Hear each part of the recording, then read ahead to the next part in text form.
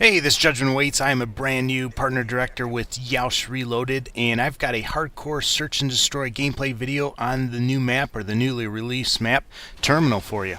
Now, when I'm defending, I like to come up and watch A, and I come up right to the left of these escalators. Usually there's somebody sniping down at Burger Town, or you get a couple people coming this direction.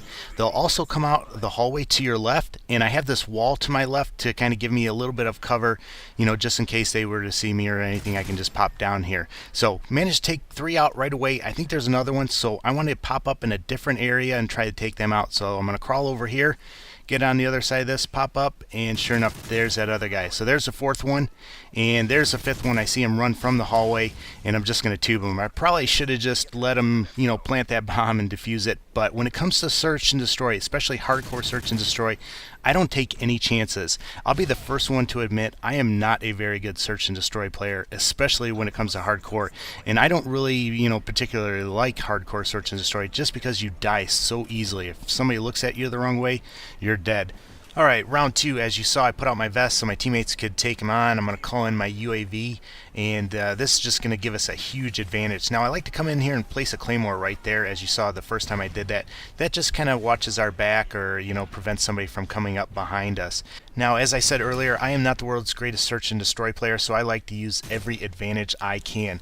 And that's why I run the support kill streak. It doesn't matter if you die, you're going to still be moving forward on those kill streaks. And I really like using UAV and vests, and UAV and vests only. In hardcore, your health is only at 30, so when you slap on that vest, that puts you up to 80 health. So it's almost like you're playing core rules against people playing hardcore rules. Alright, so right now I'm getting shot from behind, so I'm going to scoot over here.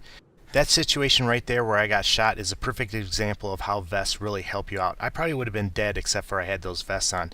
So now I'm going to come up over here. I'm going to try and get behind them and flank them. Now remember that claymore that I planted? One guy just triggered that, and I got an easy kill that way, and then I see this guy and get another easy kill. As soon as I kill that guy, I want to come over here and kind of just look and see if I can see the bomb there. No, I don't see it. And right now I'm communicating to my teammates, hey, I killed 2 people over here, and we're looking at to see how many people are left. We see that only 1 person is left, so it doesn't make any sense calling my UAV or vest that I earned. I'm going to wait till the next round. But right now, we're just all telling each other where we're at, and I'm telling everybody, hey, I'm going up the escalators. I'm going to go try and flush them out. But I managed to find that last one and take him out. So managed to pick up 4 that round. And we are going to be on to round 3. Once again, we're going to have those UAV and vests at the start of the next round. And let me recommend, really only equip UAV and vests in that support package. That way you get back to them sooner. If you have like a stealth bomber or something like that, chances are you might not even get there. So only equip those 2 items. Now, the only downside to using vests is you have to actually stop and put them on. Unfortunately, that's going to cause you to be a little bit late to getting to wherever you need to go. And in Search and Destroy, that is huge. But I think it's a big enough advantage to outweigh that. So that's why I go ahead and run that. Now, right away, I see both my teammates up here get taken out, and I see somebody's in this hallway. So I'm going to try and tube in there. I fail, though. Move over here. He comes out shooting, luckily, and I'm able to take him out right there. I'm going to be honest, I'm not a big fan of using tubes and having them used on me, but when you're playing hardcore, I think they are essential. There are a lot of times when somebody is sitting somewhere aimed down their sights at you, and the tubes allow you to get at those people without them actually seeing you. So that's why I really like using them. Now, they planted, I come in here, I make a stupid move. Right away I get shot, and I go back in there and try to take him out. And I went back in there because my teammate was coming in the side, and I thought, maybe with them coming in, the other person's going to be running out of ammo, and I might be able to get lucky and take him out. Not smart though, but luckily Mrs. Backus comes in there and gets the defuse right before she ends up getting killed. We were a little bit pumped up after seeing that. On the halftime, though, we've got a nice 3-0 lead, and I've got a UAV in my pocket. I know if I get one more kill, I'm going to be able to pull out the vest. So we're feeling pretty darn good about this. Now, we have this rule with our group. Whoever gets the bomb, they get to decide where we're going. The only problem with that is the guy who picked it up too loud, he's like late 50s, so I don't even think he knows where he's going. I'm also playing with my father, Sergeant Wild Bill, and he's actually 60 years old. So we've got some old gamers in our group. Now, we're going to go plant on the plane. I like to jump out here.